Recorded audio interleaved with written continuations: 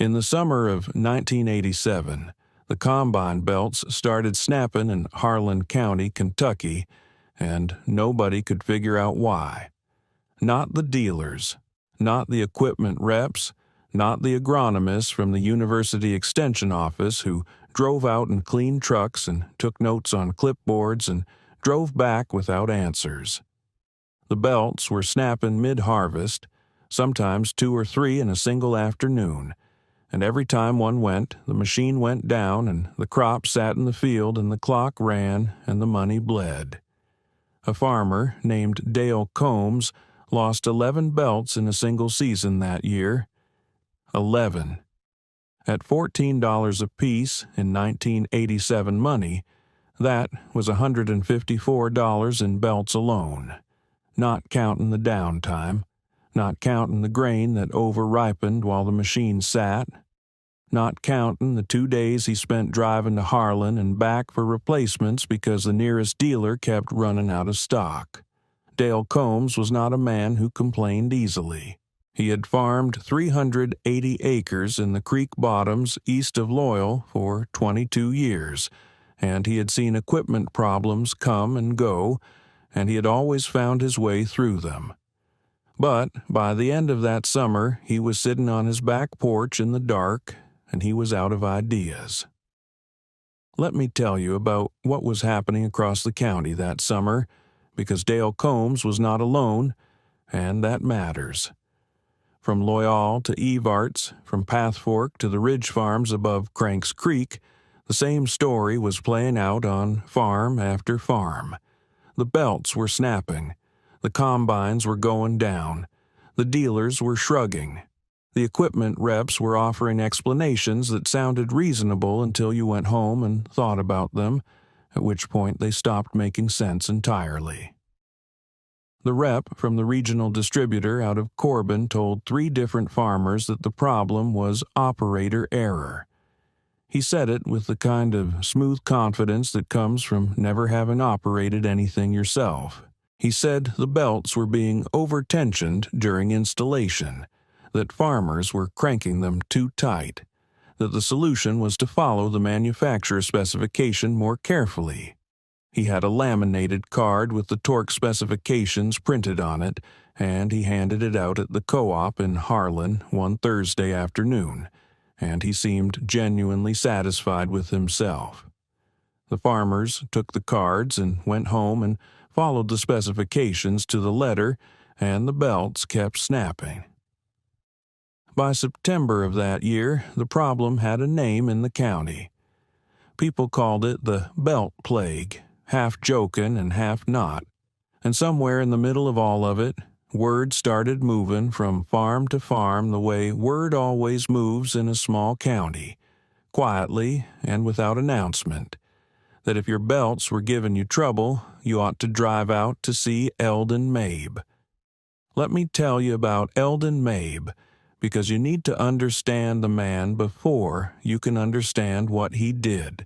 Eldon was 61 years old in 1987, and he had been working on farm equipment in Harlan County since he was 14 years old, which meant he had been at it for 47 years, which meant he had been working on machines longer than most of the equipment reps had been alive. He farmed a modest place, 140 acres on a creek hollow about 6 miles outside of Loyal, and he ran a small repair operation out of a 2-bay shop he had built himself in 1964. From lumber, he cut off his own property. The shop had a concrete floor he had poured himself, and a wood stove he had welded himself from, a 55-gallon drum and a parts inventory that occupied 3 full walls of shelving and spilled out into the corners and across the workbench and onto a section of the floor that Eldon had designated the overflow zone with a piece of masking tape and a marker sometime in the late 70s. He had never advertised. He had never needed to. His reputation moved the same way word always moves in a small county. Eldon had grown up in the equipment business the way people grow up in it when there is no other option, which is to say, he had learned by doing and by failing and by taking apart things that were broken and understanding why they were broken before he put them back together. His father had run a small dealership in Harlan that sold international harvester equipment through the 50s and 60s, and Eldon had worked the parts counter from the time he was old enough to read a parts catalog, which in his case was about age 10. He had a particular gift for pattern recognition, for seeing the same failure mode in different equipment and tracing it back to a common cause that wasn't obvious until you knew what you were looking for. His wife, Norma, said he thought about machines the way some people think about people, which was that he was always wondering what was going on underneath the surface. He was not a large man. He was compact and deliberate in the way of men who have spent their lives working in tight spaces, and he moved without wasted motion. He wore the same thing every day: canvas work pants and a flannel shirt in the cooler months, and a chambray work shirt in the summer, and his hands were the hands of a man who had been working with metal and grease for nearly 50 years, which is to say, they were permanently stained in the creases and calloused in specific places that told you exactly what kind of work he did. He was not a man who talked a great deal. When he talked, people listened, because they had learned that he did not say things that weren't worth hearing. Let me tell you about how the belt problem came to Eldon's door, because it didn't come the way you might expect. He had been watching it all summer. Eldon Mabe was a watcher. He had been watching the belt failures accumulate across the county, the way a doctor watches a cluster of symptoms accumulate in a community. Quietly, noting each case, filing it away, turning it over in his mind. He had talked to Dale Combs in July when Dale had come in for an unrelated repair, and Dale had mentioned the belts in passing, and Eldon had asked 3 questions and then gone quiet, and Dale had figured the conversation was over. He had talked to 2 other farmers in August, same pattern, asked a few specific questions, went quiet, moved on. By September, he had talked to 7 farmers, and he had a theory, and he was fairly sure he was right. The theory had to do with the belts themselves, not with how they were being installed. Let me tell you about the science of it, because it matters to everything that comes after. A combine drive belt is not a simple thing. It is an engineered component that has to transmit power across a range of operating temperatures and loads, and it does this through a combination of the belt's internal cord structure and the rubber compound that surrounds it. The cord structure is what gives the belt its tensile strength, and the rubber compound is what gives it flexibility and grip. When a belt is manufactured correctly, these 2 elements are balanced against each other in a way that allows the belt to flex around sheaves and pulleys without fatiguing the cord. When something in that balance is off, the belt fails prematurely. It does not wear out gradually the way a correctly manufactured belt does. It snaps, sometimes cleanly, sometimes with a fraying that tells you something specific about where the failure initiated. Eldon had been collecting the snapped belts. Every farmer who came into his shop that summer and mentioned the problem, he had asked them to bring him the failed belt if they still had it. Most of them did. By September, he had 14 failed belts on his workbench, and he had cut sections from each of them and examined the cross-sections, and he had found what he was looking for. The cord structure in every single one of those belts was wrong. Not dramatically wrong. Not wrong in a way that would be obvious to a dealer looking at a new belt in its packaging, but wrong in a specific and consistent way that told Eldon exactly what had happened. The cord angle was off by a few degrees from what the specification called for.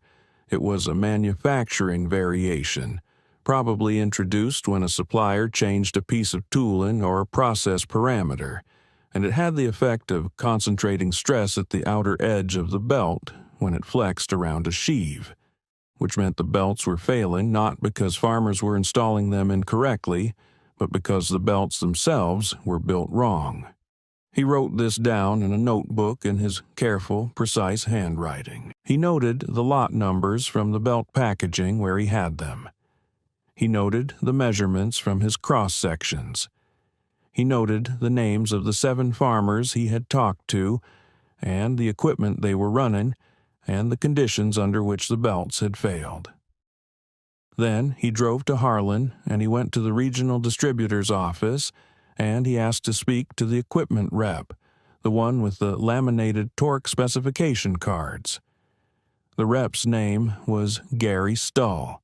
He was 34 years old, and he had been in the equipment distribution business for 8 years, and he had a good territory and a company truck and a confident manner that had served him well in 8 years of selling and servicing equipment to farmers who mostly did not push back. He was not a bad man. He was a man who had built his professional identity around being the expert in the room, and Eldon Mabe walking into his office with a notebook and a collection of cut belt sections was not something his professional identity had prepared him for. Eldon laid the belt sections on Gary Stull's desk and explained what he had found. He was specific and methodical. He showed Stull the cord angle measurements. He showed him the failure patterns. He explained the stress concentration mechanism in plain language, the way you explain something to someone who you assume is intelligent, but who may not have the background to follow technical language. He told Stull that the problem was a manufacturing defect in a specific production run of belts, that the defect was consistent across all 14 samples he had examined, and that the solution was to identify the affected lot numbers and pull them from inventory and replace them under warranty. Gary Stull listened to all of this. He looked at the belt sections. He looked at the notebook. Then he leaned back in his chair and he said, "Mr. Mabe, I appreciate you coming in, but we've already identified the cause of the belt failures in the county. It's an installation issue. We've distributed the torque specifications to the affected customers." Eldon looked at him for a moment. "I've got 14 belts here that were installed to spec. I've got the documentation from the farmers. The belts are defective." Stull smiled. It was the smile of a man who has decided the conversation is over. "I understand you've done some work on this, and I respect that. But our engineering team has reviewed the product and there's no manufacturing defect. These are quality components from a certified supplier." He paused. "I think the issue may be that some of the older equipment in the county is running sheaves that are worn beyond tolerance. That puts additional stress on the belt regardless of installation." Eldon picked up his belt sections and his notebook. He did not argue. He said, "All right," and he left. "Now, let me pause here and ask you something. Have you ever watched a man absorb an insult without flinching? Not because he doesn't feel it, but because he has already decided that the argument isn't going to be won with words? That's what Eldon Mabe did when he walked out of Gary Stull's office that afternoon. He was not defeated. He was not angry, or not in the way that shows. He was simply done trying to convince Gary Stull of something Gary Stull did not want to be convinced of. He had a different plan. He drove home, and he called Dale Combs and 2 other farmers he trusted, and he told them what he had found and what he intended to do. He told them to stop buying belts from the regional distributor. He told them he was going to source belts directly from a different manufacturer, a smaller operation out of Tennessee that he had done business with years earlier and that he trusted, and he was going to stock them in his shop and sell them at cost plus a small margin to cover his inventory investment. He told them to spread the word. They spread the word. Let me tell you about the next 6 months, because they are the reason this story is still being told. By November of 1987, Eldon had placed his first order with the Tennessee manufacturer. He had specified the cord angle and rubber compound parameters himself, working from the original design specifications he had obtained through a contact at an equipment manufacturer he had known for 20 years. The Tennessee operation was small enough and flexible enough to accommodate custom specifications on an order of his size, which was not a large order by industry standards, but was large enough to matter to them. The belts came in, and Eldon put them on his shelves, and he sold them to the farmers who came to him. The belts did not snap. This sounds simple. It was not simple. What it meant was that 14 farmers in Harlan County ran their combines through the 1988 harvest season without a single belt failure attributable to the problem that had plagued them the year before. 14 farms, several thousand acres, one harvest season, 0 belt failures from the product Eldon was supplying. The farmers talked to their neighbors. The neighbors came to Eldon's shop.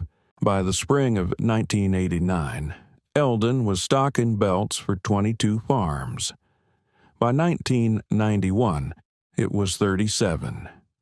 He had expanded the overflow zone on his shop floor and added a fourth wall of shelving, and his parts inventory had grown from a local curiosity to something that functioned, in practical terms, as an alternative supply chain for a significant portion of the county's agricultural equipment. Gary Stull drove past Eldon's shop on the county road sometimes. He never stopped. Let me tell you about what happened at the co-op in the spring of 1990, because it is the moment the story shifted from private vindication to public record. There was a regular gathering at the Harlan County Farm Bureau Co-op on the first Thursday of every month. A loose assembly of farmers and dealers and extension agents that had been happening for years and that served the function of a community information exchange, part business and part social and part complaint session depending on the season. Gary Stull attended these gatherings regularly. He was good at them. He was personable and knowledgeable, and he had a way of making farmers feel like they were getting insider information when he talked about upcoming equipment models or pricing changes, and he used this skill to maintain his relationships with the farming community, even as his distributor's belt sales in the county had quietly declined. Eldon Mabe did not attend these gatherings as a rule, but in March of 1990 he came, and he sat in the back, and he waited. The belt problem came up, as it often did, because a farmer named Ronnie Brock had just lost 2 belts in a single week on his corn planter, and he was frustrated, and he wanted to know if anyone else was having the same trouble. Gary Stull, who was standing near the front of the room, said that belt failures remained a known issue in the county, and that his distributor was working with the manufacturer on a revised installation protocol that should address the problem in the upcoming season. Eldon raised his hand. The room got quiet, in the way a room gets quiet when a man who doesn't usually speak raises his hand.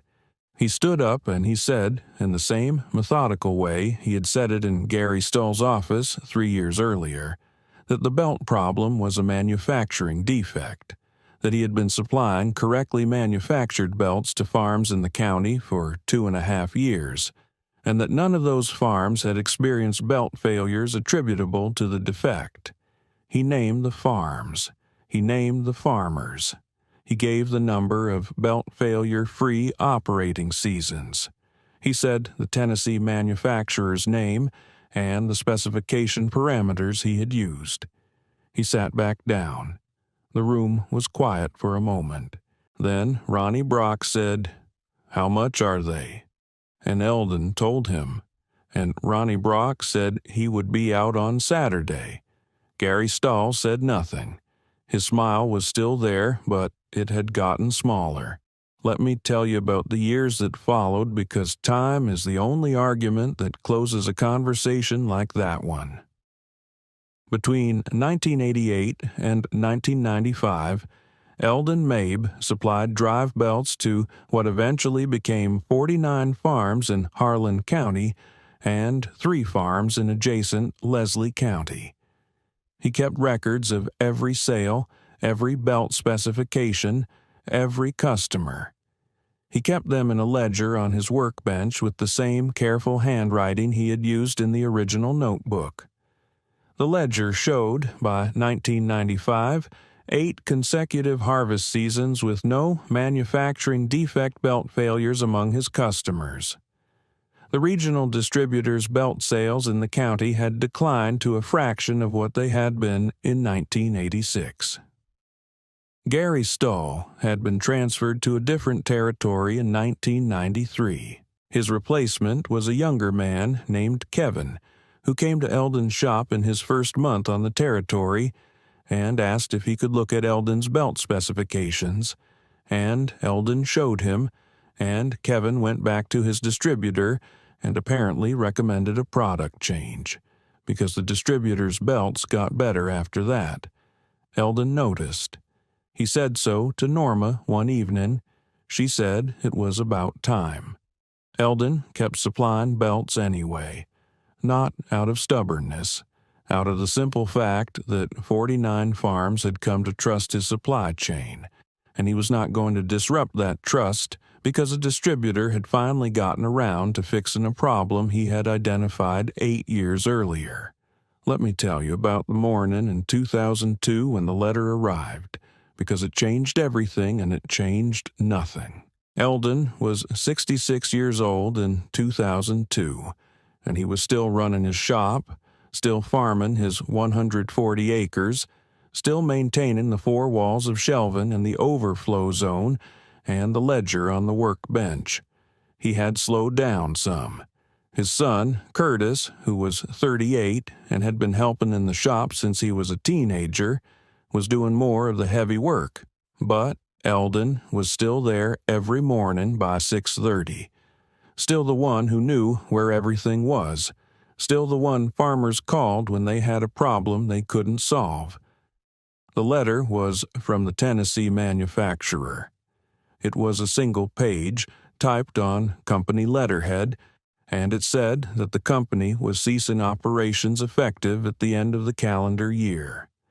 The owner, a man named Harold Fenwick, whom Eldon had spoken to by phone perhaps 100 times over 15 years, but had met in person only twice, was retiring and had no buyer for the business. The letter thanked Eldon for his years of business and wished him well. There was a handwritten note at the bottom in Harold Fenwick's handwriting that said simply, "You were the best customer we ever had, Eldon. I mean that." Eldon read the letter twice. He set it on the workbench next to the ledger. He went out to the shop and he stood there for a while, looking at the shelves. Curtis came in at 7 and found him standing there. "What's wrong?" Eldon handed him the letter. Curtis read it. He set it down. "What do we do?" Eldon was quiet for a moment. Then he said, "We've got time. We find another source or we find another solution. We don't leave those farms without a supply." That was the whole conversation. Let me tell you about the next 18 months because they are the part of the story that nobody outside of Harlan County knows, and they are the part that deserves to be known. Eldon spent the fall of 2002 and the winter of 2003 doing what he had always done, which was gathering information methodically and following it where it led. He contacted 4 other belt manufacturers. He sent them his specifications. He asked for samples. He tested the samples the way he had always tested belts, not by reading the manufacturer's data sheet, but by cutting cross-sections and measuring chord angles and examining rubber compound consistency under a magnifying glass he had owned since 1971. 3 of the 4 manufacturers' samples failed his inspection. The 4th, a company in North Carolina, that had been in business since 1952 and that specialized in agricultural and industrial power transmission components, passed. Eldon placed an order. He also did something he had not done before. He wrote down his specifications in full, formally, in a document that ran to 4 pages and covered cord material, cord angle, rubber compound durometer, sheave compatibility parameters, and acceptable dimensional tolerances. He had been carrying this knowledge in his head and in his notebooks for 15 years. He put it on paper for the first time because he understood, in the way that 66-year-old men understand things that younger men don't always see yet, that the knowledge needed to exist outside of his own memory. He gave a copy to Curtis. He gave a copy to the North Carolina manufacturer. He put a copy in the ledger. Curtis read the document and looked at his father and said, "You should have written this down years ago." Eldon said, "I know." The North Carolina belts came in and Eldon put them on the shelves, and he told his customers about the supplier change, and he told them why, and he told them the quality would be the same. It was. The 2003 harvest season passed without incident. The 2004 season passed without incident.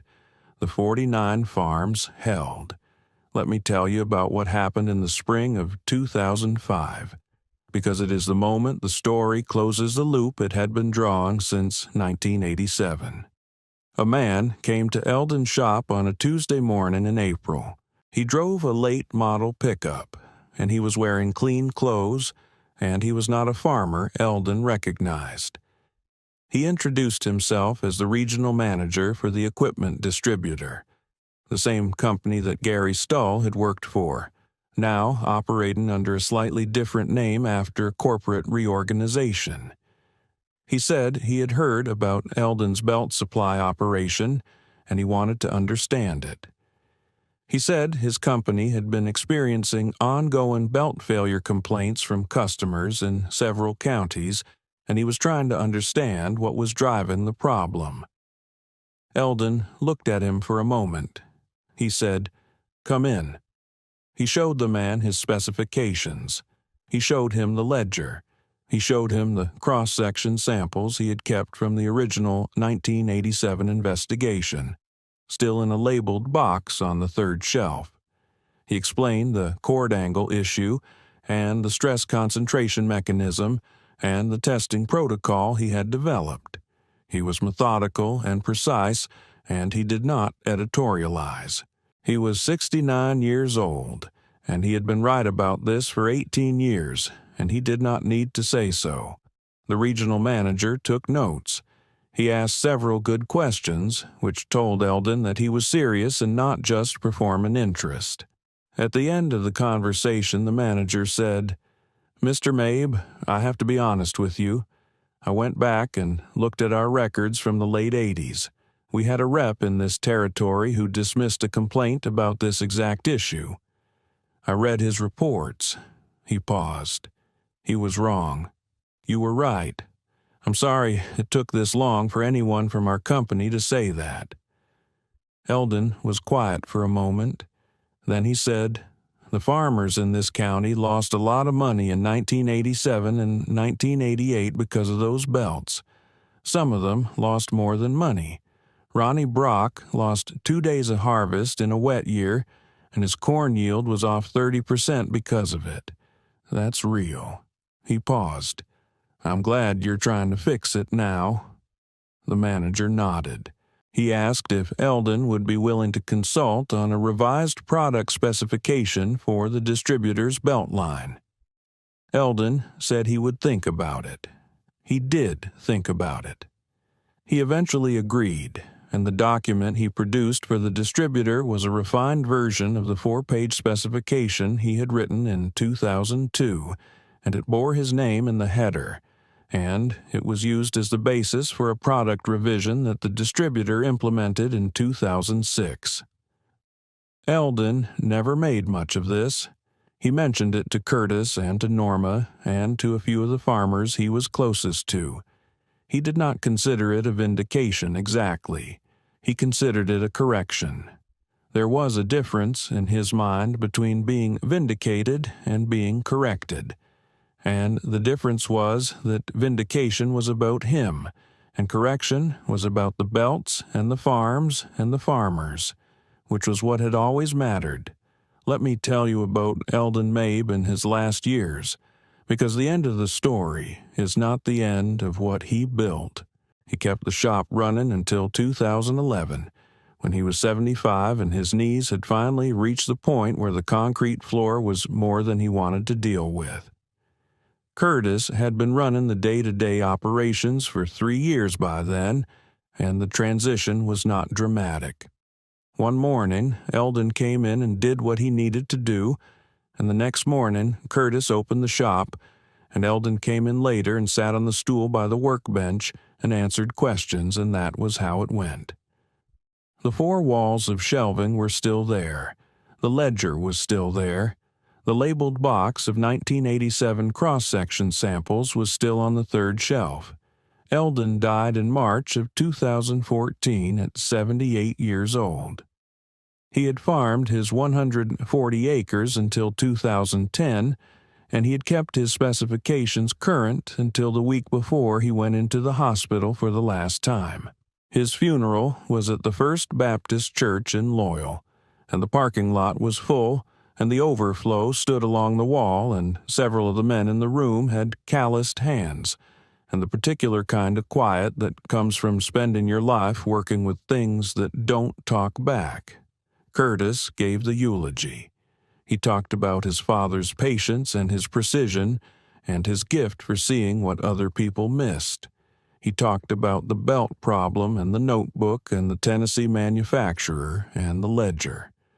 He said his father had once told him that the most important thing about solving a problem was making sure you understood the problem before you started solving it, and that most of the mistakes he had seen in 47 years of repair work came from people who had skipped that step. Curtis said he had been trying to follow that advice his whole life, and he still wasn't as good at it as his father had been.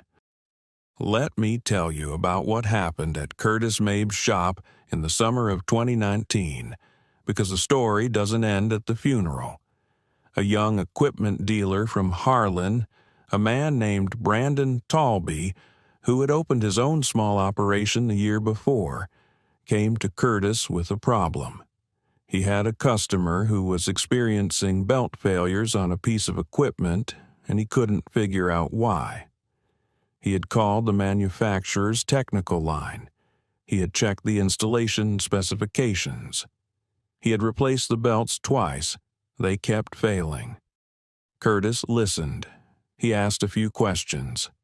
He went to the 3rd shelf and he took down the labeled box of 1987 cross-section samples, and he set it on the workbench. He explained what was in the box and why it was there and what his father had found. He got out the 4-page specification document, and he showed Brandon the chord angle parameters and the testing protocol. He cut a cross-section from one of Brandon's failed belts, and he measured it, and he showed Brandon the measurement. The chord angle was off. Brandon Talby stared at the measurement for a moment. Then he said, "This is the same problem? After 30 years?" Curtis said, "Different manufacturer, same mistake. It comes back around." He paused. "My father said it would. He said, as long as there are people making belts who don't understand why the specification matters, the belts will fail. The specification exists for a reason. The reason doesn't go away." Brandon asked if he could have a copy of the specification document. Curtis made him one. He also gave him the name of the North Carolina manufacturer and the contact information he had for the current sales representative there, which was the daughter of the original sales representative his father had worked with, which told you something about how some things are passed down and why. Brandon Talby went back to his dealership and he sourced the correct belts, and his customer's problem was solved. He came back to Curtis's shop a month later and he said he wanted to understand the whole testing protocol, not just the one measurement. Curtis spent 2 hours with him going through the specification document and the cross-section methodology and the sheave compatibility parameters. Brandon took notes in a notebook he had brought with him, a composition notebook with a black and white cover, and he wrote in it with the careful attention of someone who understands that what they are writing down is worth keeping. Curtis watched him write, and he thought about his father sitting on the stool by the workbench in his last years, answering questions. And he thought about the ledger and the labeled box on the third shelf and the 4-page specification document with Eldon Mabe's name in the header, and he thought about how knowledge moves through time when the people who carry it are careful enough to write it down and patient enough to pass it on. The shop is still there on the county road outside of Loyal. The 4 walls of shelving are still there. The ledger is still on the workbench, though it has been joined by 2 additional ledgers that cover the years Curtis has been running the operation. The labeled box of 1987 cross-section samples is still on the 3rd shelf. Curtis Mabe is 60 years old now, and he is not thinking about closing the shop because there are still farms in the county that need what the shop provides, and there are still young dealers like Brandon Talby who need to understand why the specification matters and why the cord angle is what it is and why someone thought to measure it in the first place. The regional distributor's belt line, the one revised using Eldon's specification in 2006, is still in production. It carries no acknowledgement of where the specification came from. The farmers who buy those belts do not know the name Eldon Mabe. The belts do not snap. That's what happens when a man spends 47 years understanding something well enough to write it down, and then finds the patience to wait for the world to catch up to what he already knew.